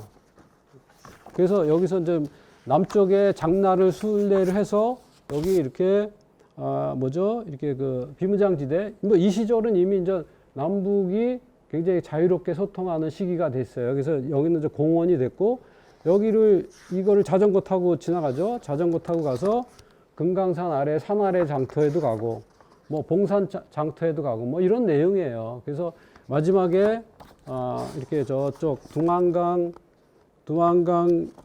끄트머리에 이제 두만강역 우리나라 최북단에 있는 두만강역에 이제 청소년이 된 이제 봄이가 거기서 기차를 기다리면서 또 다른 어떤 세계를 향해서 가는 뭐 이런 꿈을 꾸는 뭐 이런 내용으로 봄이의 여행을 이제 이렇게 그림을 그려봤고요. 저의 그림책 이야기는 뭐 이 정도로 마무리를 하겠습니다. 그리고 마지막으로 이 포스터는 올 초에 이제 그 KBBI에서 이렇게 KBBI 이제 공식 포스터를 그림을 이제 그린 건데 이 책을 펼치면이라는 이 제목으로 이렇게 그림을 그렸어요. 이 그림은 여기에 보면 이제 뭐 이렇게 목련이 아니라 모란꽃이 피어 있고 또 염소가 위에서 이제 뭐 이렇게 책도 먹고 나뭇잎도 먹죠. 제가 언젠가 그 다큐멘터리에서 본 아주 재밌는 장면이 떠올라서 이제 이 그림을 구상하게 됐는데 북아프리카의 모로코라는 지역에 모로코에 이 아르간 모로코에 가면은 그렇게 이 아르간 나무라는 그 열매 그 나무가 있는데 거기에 이제 염소들이 올라가서 이렇게 잎을 먹고 열매를 먹는다고 그래요. 거기는 이제 좀 척박한 지역이기 때문에 뭐 이게 그래서 이제 그 염소들이 이렇게 이제 잎을 먹고 그러는데 그래서 이제 그 장면이 이제 인상적이어서 뭐 이거를 이제 이렇게 책이 열리는 나무 아르간 염소가 먹는 열매와 또 책이라는 그런 것들을 먹으면서 정신과 이렇게 마음을 살찌운다. 뭐 이제 그런 의미로 이 책을 이 그림을 좀 그려봤고요.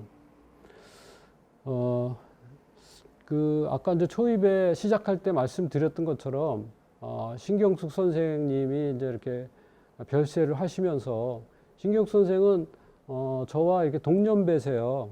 그래서 이제 특히 더 또 안타까운데 30년 정도 이제 뭐 어린이 책방, 뭐 초방도 그렇고요. 그림책 작가로서 제가 이렇게 작업한 시기도 그렇고, 그래서 신경 선생님이 돌아가신 것을 이렇게 회상하면서 한 시대가 갔다. 우리나라의 그림책의 한 시대가 갔다라는 것들을 느끼고 또 한 시대가 새로 시작했다라는 것들을 저는 요즘 그림책들을 보면서 느껴요. 한국 그림책은 가히 그 그림책의 르네상스 시대가 열린 게 아닐까 싶을 정도로 한국 그림책은 굉장히 활력 있고 좋은 작가들이 좋은 작품들을 아주 열정적인 독자들과 함께 독자들의 성원 속에서 만들어지고 있다라고 생각을 해요. 우리 시대 때는 시대 정신이 있었죠. 우리의 시대 정신은 제가 생각하기에는 악당들에게 빼앗긴 민주주의를 되찾아오는 것이 우리 시대의 시대 정신이었다고 생각해요. 그것이 완벽하게 이루어지진 않았지만은 어쨌든 큰 흐름에서는 우리 사회는 민주화의 본 궤도에 올랐고 이것은 어느 누구도 거역할 수 없는 이제 하나의 우리 시대의 자산이 됐다. 근데 그러면 이제 앞으로 새 시대에는 어떤 시대 정신이 있어야 되겠는가를 생각을 해야 된다고 생각을 해요. 뭐 얘기할 것도 없이 지금 우리 다 마스크 쓰고 1년 동안 하고 있잖아요. 이게 무엇 때문인가요? 이게 인간이 자연과 잘못된 만남을 해서 생긴 결과잖아요. 이 비극이잖아요. 그게 무슨 박쥐랄지 천상갑이랄지 얘네들 잘못인가요? 그건 아니죠. 결국 인간의 잘못이잖아요. 자연을 대하는 인간의 잘못된 태도가 지구 온난화를 비롯해서 이 자연 생태계에 그런 어떤 혼란을 불러일으켰고 해서 저는 이 시대의 시대 정신은 인간과 자연의 잘못된 만남을 되돌리는 것이 아닌가 생각을 해요. 그래서 그런 것들이 어린이 책에서도 어떤 하나의 정신으로 담겨져야 되지 않을까라는 생각을 하고요. 그림책은 문학도 미술도 아닙니다. 그리고 그림책은 글도 그림도 아니고요. 그리고 그림책은 이야기도 이미지도 아니에요. 그림책은 어린이도 아이도 아니고 그림책은 도서관도 아니고 미술관도 아니에요. 그리고 그림책은 이것도 아니고 저것도 아니고 그림책은 그 모든 것을 포함하는 독자적인 제3의 그 무엇이다. 그림책은 그냥 그림책이에요. 그림책은 그래서 저는 이 그림책은 정말 이렇게 종합예술 분야로서의 자기 정체성이 있다.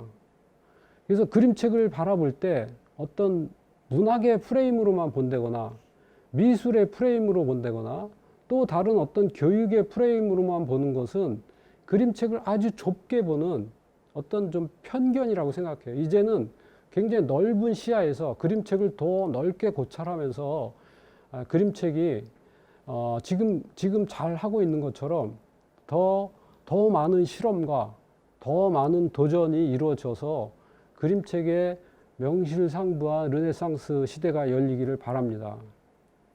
저의 그 그림책 이야기는 이것으로 마칠까 합니다. 네, 고맙습니다.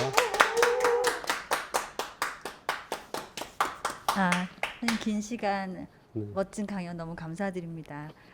사실은 원래는 1시간 정도 강연을 하고 Q&A를 진행할 예정이었는데 선생님이 너무 주옥 같은 말씀 하셔가지고 Q&A를 좀 줄이고 그리고 독자분들이 굉장히 많이 선생님에 대해서 질문보다 칭찬하시는 응원해 주시는 말씀 많이 올려주셔서 중심으로 좀 읽어드릴게요. 편안하게 들어주세요. 일단은 오늘 한 말씀 한 말씀 해주신 거 가슴 깊이 새겨 듣겠고요. 보여주신 모든 작품들 걸작이었고 강연 너무 재밌었습니다, 선생님. 거의 380분이 넘는 분이 참여해 주셨어요. 네, 매우 뜨거운 시간이었고요. 그 선생님이 조금 아까 이제 아이고 갑자기 기억이 안 나네. 사진 찍으면 안 되는 곳에서 비무장지대 앞에서 그 모두 비밀로 해주시겠다고 독자분들이 똘똘 뭉쳐서 얘기해 주셨고 고맙습니다. 사실 긴 시간이었는데 너무 짧다고 밤샘하자고 난리가 나셨네요. 밤샘은 안 되고요, 여러분. 대신에 다시 보기가 됩니다. 인스타 다시 보기로 봐주시면 될 것 같고요. 그다음에 포스터 공구하자는 얘기, 저 그림 너무 저도 되게 좋아하거든요. 공구하자고 막 많이 요구가 많으시는데 가능한가요? 일단 그 KBBI에서 물어봐 이렇게 주시겠어요? 배포를 했기 때문에 그 의논을 해봐야 될 것 같네요. 네네. 그리고 선생님 처음에 선생님 인사 막 하실 때 많이 선생님들 별명을 지어주셨는데요. 독자분들이 잘 들어봐 주세요. 대미를 장식할 그림책계의 조용필. 제가 용필이 형 좋아하지만은 원래 조용필은 맨 마지막에 나온 친구잖아요. 그림책의 역사 그리고 제가 지어드린 대장님 너무 딱 맞는 표현이라고 얘기하시고. 전 소인배예요. 대장님이 아니고. 귀여우시다, 멋지시다, 잘생긴 미대 오빠다. 어이, 괜찮으신가요? 미술계의 유재석이다라는 말에 굉장히 많이 반응하셨어요. 맞다고. 미술계의 유재석이다라고 말씀하시고 선생님이 아까 유재석 씨 화내겠네. 아니요, 선생님 더 멋있으십니다. 네. 선생님이 이제 선생님 그림책은 하나의 축제의 과정, 여행의 과정이라고 말씀하셨는데 독자분들이 작가님과 함께하는 지금 이 시간이 축제 같다는 말씀 올려주셨고요. 그다음에 뭐 평화에 관한 생각, 사회에 관한 생각 얘기해 주실 때 깨어있는 작가님, 행동하는 작가님 너무 멋지시다고 계속 올려주셨습니다. 그리고 아이와 함께 보시는 분들이 많으신가 봐요. 그래서 네. 우리 아이들에게 선생님이 계셔서 너무 든든하고 감사하다는 말씀도 네, 계속 네. 올라왔고요.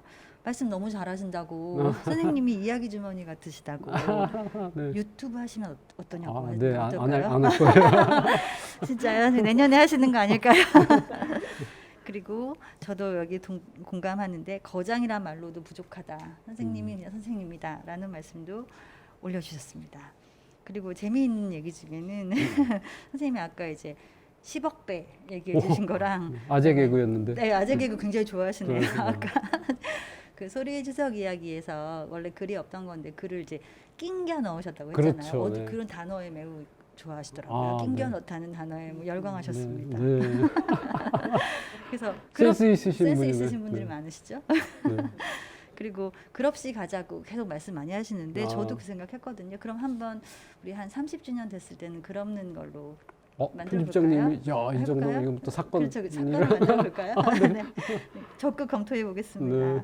그리고 소리의 안부를 묻는 분들도 많으셨어요. 네. 이제 30살이 되었을 텐데 21세기 추석 이야기도 보고 싶어요. 네. 자랑스러운 아빠이셨겠다. 이런 얘기 많이 책을 하셨는데 좋아하는 소리는 네. 지금 모 출판사에 성인부 편집자 역할을 하고 있어요. 참고로 제가 결혼식에 가봤습니다. 매우 결혼, 예쁘고 네, 작년에 결혼했고요. 네, 네, 사랑스럽게 자랐습니다. 네, 네. 그리고 들어오기 전에 선생님이랑 잠깐 이야기 나눴는데 제가 말씀드린 거지만 25년 전에 만든 책인데도 소리의 추석 이야기는 지금 봐도 글, 그림, 편집, 종이 모든 면에서 완벽했던 책인 것 같고 뭐 수정할 게 없음 글없는 그림책으로 할 거 말고는 손댈 게 없는 최고의 그림책인 것 같습니다.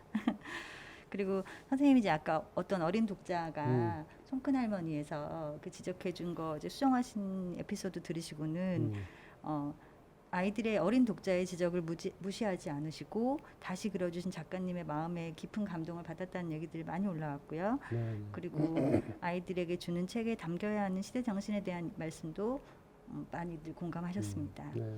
그리고 또 모기왕소에서 작가님 마음 너무 많이 담겨 있어서 보지 못하시겠다고 하셨잖아요.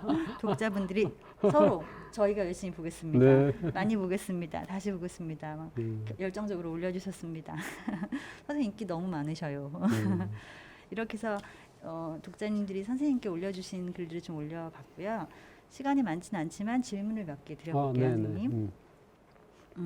선생님 한 권 한 권의 그림을 굉장히 정성이 많이 들어가는 것 같은데 책 한 권을 완성하시는데 보통 어느 정도의 시간이 드는지 궁금해하셨습니다. 네. 예전에 뭐 이렇게 전집이랄지 뭐 이렇게 의뢰를 받아서 하는 것들은 뭐 한 2달 정도, 2~3달 내서 이렇게 그리기도 하고 했는데 그 뒤로 이제 점점 작업의 주제도 무거워지고 또 욕심도 생기고 해서 이제 오래 작업했던 것들은 뭐 한 몇 년씩 그리기도 해요. 그래서 이제 어떤 시점에서 이제 그 연도 이게 그 시기를 이렇게 재어보는 것도 이렇게 너무 힘들어 갖고 나도 하도 안 나오니까 나도 힘들어요. 그래서 근데 제가 제일 힘들어요, 사실. 근데 그래서 뭐 아무리 빨라도 1년 이상은 걸리는 것 같고 어쨌든 뭐 몇 년씩 걸리는 게 있는데 현실에서는 참 웃어야 할지 울어야 할지 저의 그림책을 초등학교 아이들한테 이제 이렇게 가서 물어보면은 어떤 책이 제일 재밌었니 이러면은 거의 0.1초 내로 반쪽이요 이렇게 얘기해요. 그래서 근데 이제 소리가 아니고요. 네? 소리가 아니고. 네, 반쪽이에요. 네. 선생님 너무 하시네요. 저는 솔직하거든요. 근데 반쪽이는 사실 예전에 이제 한 2달인가 3달 그렸던 작품이거든요. 근데 이제 두 달 그린 그 기간으로 보면 제일 짧은 시간 내에 그린 건데 그 책을 제일 좋아하고 제가 굉장히 오랫동안 그렸던 여러 작품들은 그렇게 또 반쪽이만큼 좋아하지는 않더라고요. 그래서 이게 꼭 오래 그린 그림이 꼭 아이들한테 좋은 건 아닌가 보다. 그래서 요새 굉장히 빨리 그리려고 노력을 하는데 이게 참 잘 안 되네요. 네. 책마다 작품마다 다른 것 같다는 네, 말씀이셨습니다. 네. 그리고 아까 빼놓고 말씀드리지 않았던 것 중에 하나가 선생님께서 이제 어떤 독자분께서 길버드 어린이 출판사를 좋아하게 된 이유가 소리의 추석 이야기 책 때문이었다고 말씀해 네. 주셨어요. 그러면 여기서 이제 길버드 어린이를 대표해서 제가 선생님께 감사드려요. 네. 독자 한 분을 만들어 주셔서 네, 네. 감사합니다. 그리고 제일 많은 질문 중에 하나가 선생님 그림 너무 좋은데 앞으로 작품 활동 계획 알고 싶다고. 계획이요? 네.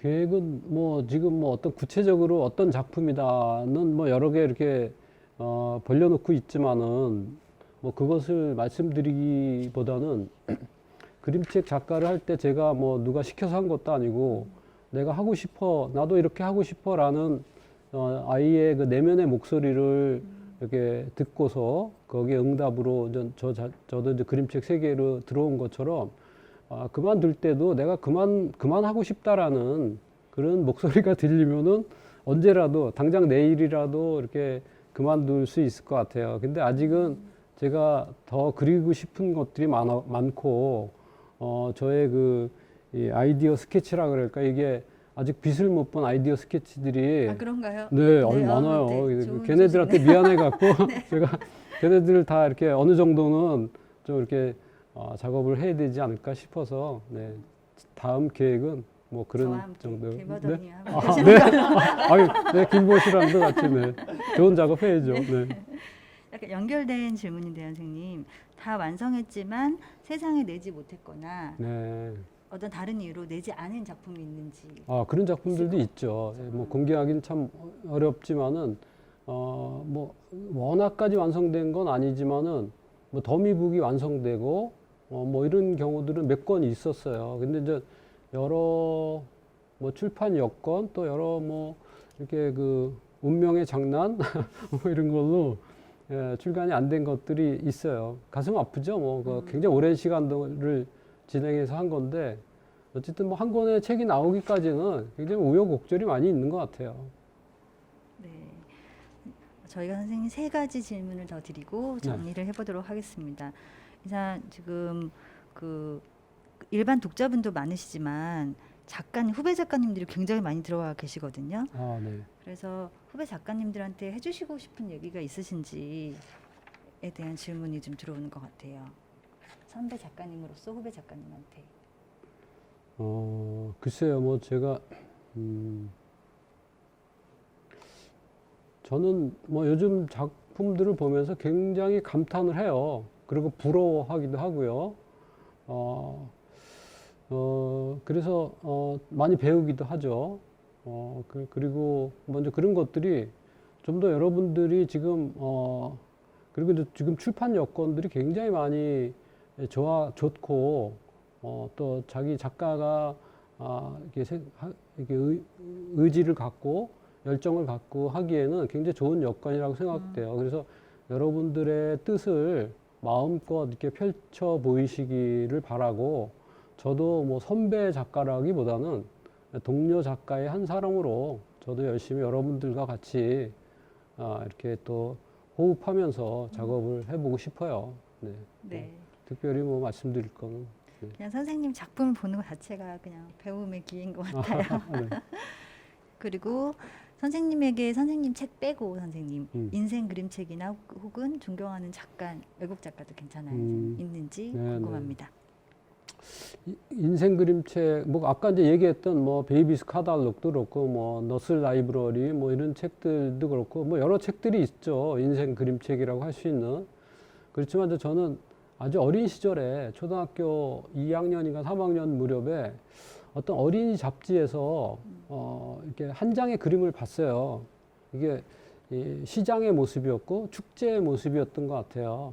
근데 그때 그 한 장의 그림이 너무나 강렬하고 인상적이어서 그 그림이 지금도 이렇게 머릿속에서 지워지질 않는데 그 그림을 누가 그렸는지 그걸 또 뭐 이걸 알 수가 없죠. 근데 제 머릿속에는 아주 깊이 각인이 돼서 제 인생의 그림이 됐고요. 또 청소년기에는 그 수많은 그 어떤 거장들의 그림들, 뭐 고호랄지, 뭐 루오랄지, 뭐 여러 뭐 그런 뭐 고야랄지, 뭐 이런 여러 그런 뭐 또 우리나라의 뭐 그런 뭐 이중섭이나 뭐 장욱진이나 뭐 이런 그 위대한 작가들의 그림들이 한 장면 한 장 저의 인생의 어떤 지점에 이게 아주 인생의 그림으로 남아 있어요. 그래서 그 그림들이 내 인생을 이렇게 어떤 그 별처럼 빛내주고 있구나라는 그런 것들을 이렇게 생각하게 되고, 그래서 제가 그린 어떤 한 장의 그림이 어린이에게 어떤 뭐 여기 뒤에 보는 저 아르간의 저 나무처럼 저게 이제 한 장의 인생 그림이 돼줬으면 좋겠다라는 그 바람을 갖고 있죠. 네. 그리고 인스타에 선생님 스케치 올려주고 계시잖아요. 스케치 더 많이 올려달라는 요청 특별히 하셨고요. 이제 마지막 질문이 남았습니다. 마지막 길벗 어린이 공식 질문 선생님 알고 계시죠? 잘 모르겠네요. 그런가요? 네. 선생님 아까 얘기 나눴잖아요. 이혁배 선생님께 길벗 어린이란? 길벗 어린이요. 길벗 어린이도 역시 제 그림책의 출발지에 서 있는 출판사죠.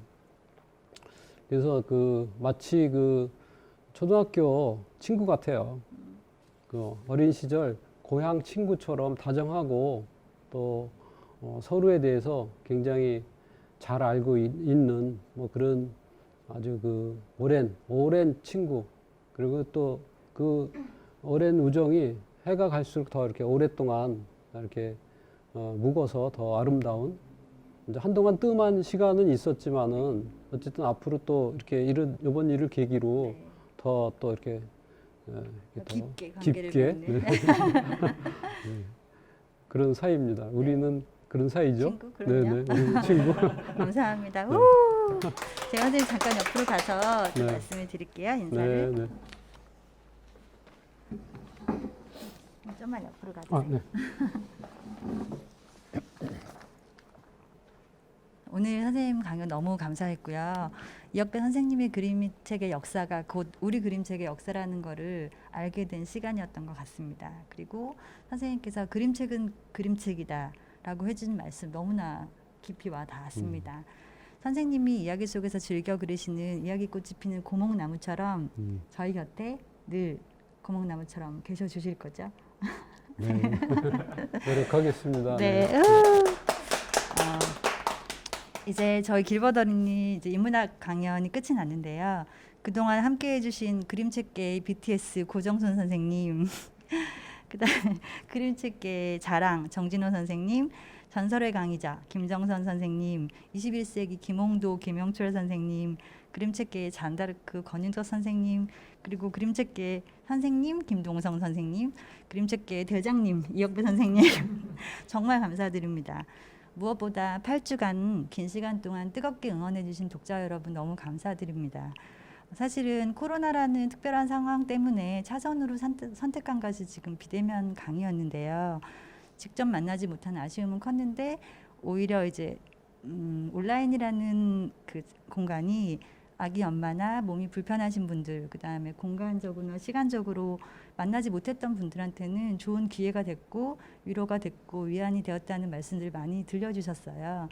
그래서 저희 길벗 어린이는 내년에도 혹시 코로나가 나아지더라도 온라인 행사와 오프라인 행사를 같이 동시에 진행하면서 어떤 분들도 소외되지 않고 그림책을 함께 즐길 수 있도록 많은 프로그램을 준비하도록 하겠습니다. 너무 감사드리고요. 마지막으로 저희 8주 동안 저 카메라 뒤에서 묵묵히 같이 도와준 두 친구 인사드리겠습니다. 나와주세요. 여기 잘생긴 친구가 이현성. 네, 안녕하세요. 여기 예쁜 친구 황혜민 씨. 네, 고생하셨습니다. 안녕하세요. 감사합니다. 너무 감사드리고요. 다 같이 내일 모레 메리 크리스마스더라고요. 네네. 메리 크리스마스 하면서 끝낼까요? 네, 그럴까요? 네. 그럼 다 같이 네. 메리 메리 크리스마스. 크리스마스.